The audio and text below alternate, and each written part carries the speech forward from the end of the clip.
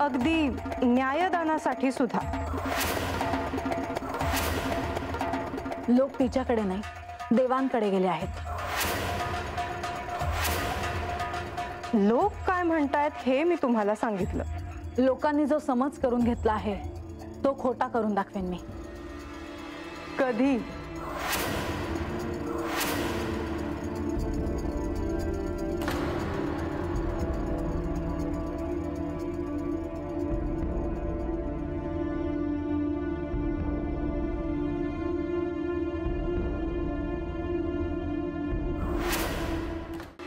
तू जर माझ्या दुःखाची थट्टा करशील तर या गडावरच काय, माझ्या राज्यातही मी तुला येऊ देणार नाही। देवी, शांत व्हा तुम्ही। माझ्या म्हणण्याचा अर्थच तुम्ही समजून घेत नाही आहात।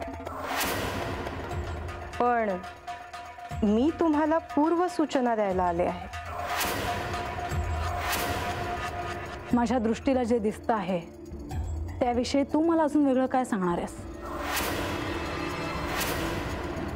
मी तुम्हाला जे सांगेन त्याचा विचारही करू शकणार नाही तुम्ही। एक ध्यानात ठेव, मी देवांना गडावर घेऊन येईन आणि ही काळ्या दगडावरची रेघ आहे। पण बानूच्या वाड्यात अशाच राजसभा घडल्या तर तुमच्या या सिंहासनाला काय अर्थ उरणार आहे? अलक्ष्मी, अलक्ष्मी, अलक्ष्मी। मला ठाऊक आहे की मी हे सांगितलेलं तुम्हाला आवडत नाही, पण आता घडण्यासाठी असं काय उरलंय? आता लोक त्या बानूच्या वाड्यावर जायला लागले आहेत। आता राज्यकारभार देखील तिथूनच चालणार। मी असं होऊ देणार नाही। त्यांनी मला वचन दिलं आहे की सिंहासनाचे अधिकार माझ्याकडे आहेत, त्याच्यामध्ये कोणीही येणार नाही। अगदी योग्य आहे, पण बानूच्या वाड्यावर एक प्रतिसिंहासन तयार झालं आहे आणि सिंहासन म्हणजे शेवटी काय असतं? सत्ता, अधिकार, आणि तो तुमच्या हातून जातो आहे देवी। ते इतकं सोपं नाही। काय करणार आहात तुम्ही? माझ्या अधिकारांमध्ये हस्तक्षेप करणं हा अपराध ठरेल आणि बानूने जर ते थांबवलं नाही तर मला तिला शासन करावं लागेल आणि तेव्हा मी माझा अधिकार आणि माझी सत्ता दाखवून देईन। अगदी योग्य बोलता आहात तुम्ही, परंतु आता तुमच्या समोर हे महत्त्वाचं आहे, ते श्री खंडेरायांना महायज्ञासाठी परत आणणं। तू पाहशीलच मी काय करते ते।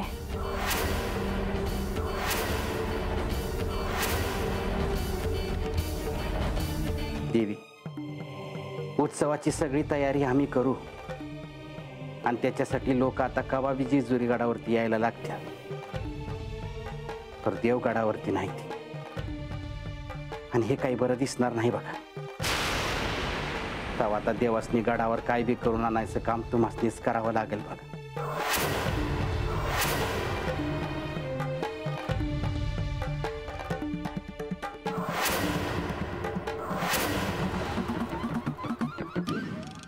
अरे झाडा देत नाही आतमध्ये।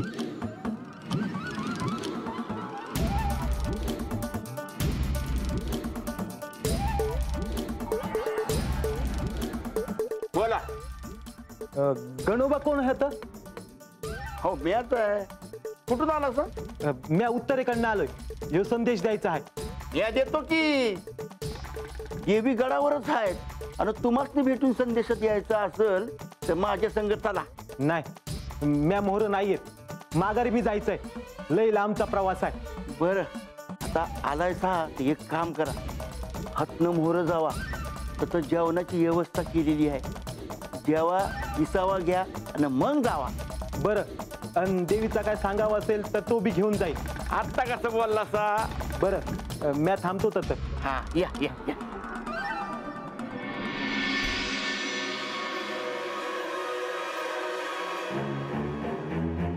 येऊ का जी?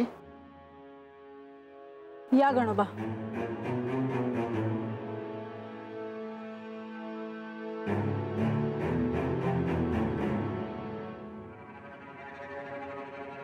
देवी, आपण लोकांनी यज्ञासाठी जी आवताना पाठवली होती त्यावर परत सांगावा यायला लागलाय.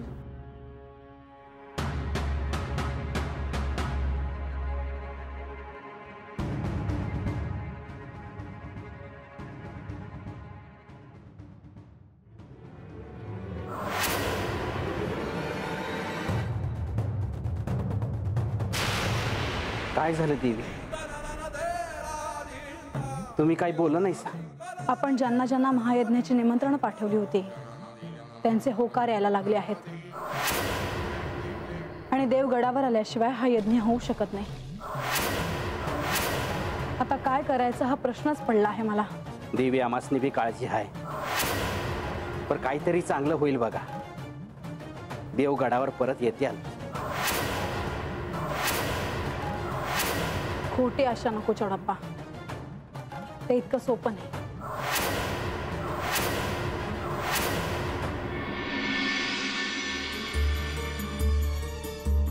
प्रधानजी, देवी,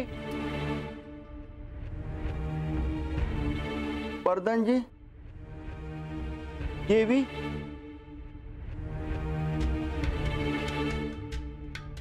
गणोबा, देवीचं सांगावं आहे. प्रधानजी येतील का म्हणून विचारलं आहे. महत्वाचं काम आहे, नाही तर देवी येतीलच. पाहते मी. अहो, बाहेर येता का?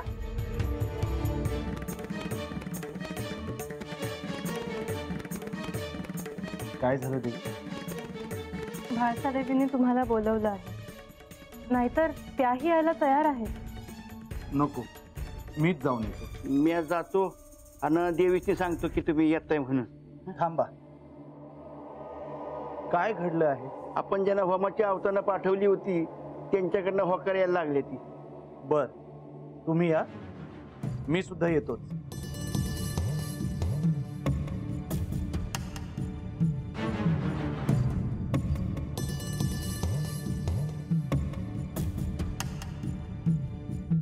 भाळसाला काय म्हणायचं आहे हे लक्षात येत आहे, परंतु तुम्ही काय करणार आहात? म्हणजे हा निर्णय खरं तर श्री खंडेरायांचा होता, त्यामुळे त्यांनी स्वतःच ठरवायला हवं यातून बाहेर कसं यायचं. परंतु श्री खंडेराय कसं काही करतील? मग माणसाला विचार करू द्या काय करायचं त्याचा. मी जे म्हणते आहे ते तुम्हाला कठोर वाटत असेल, परंतु तेच योग्य ठरेल. बर, मी पाहतो काय करायचं ते. आधी भेटून येतो. परंतु मी काय म्हणाले ते लक्षात असू दे.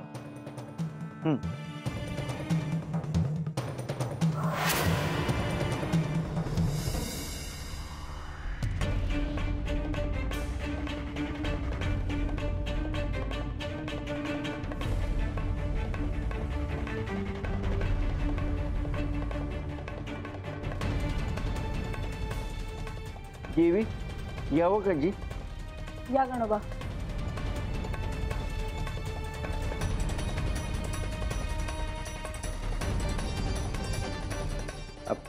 गणोबा, सांगावा दिलाय ना? हो, होय, प्रधानजी येतात. चोडप्पा,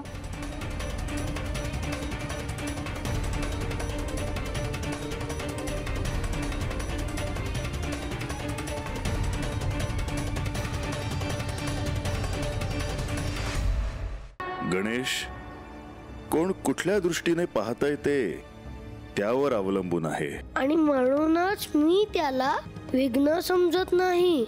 पण मला हे सांगून घ्यायचं आहे की तुम्ही गडावर कधी येणार?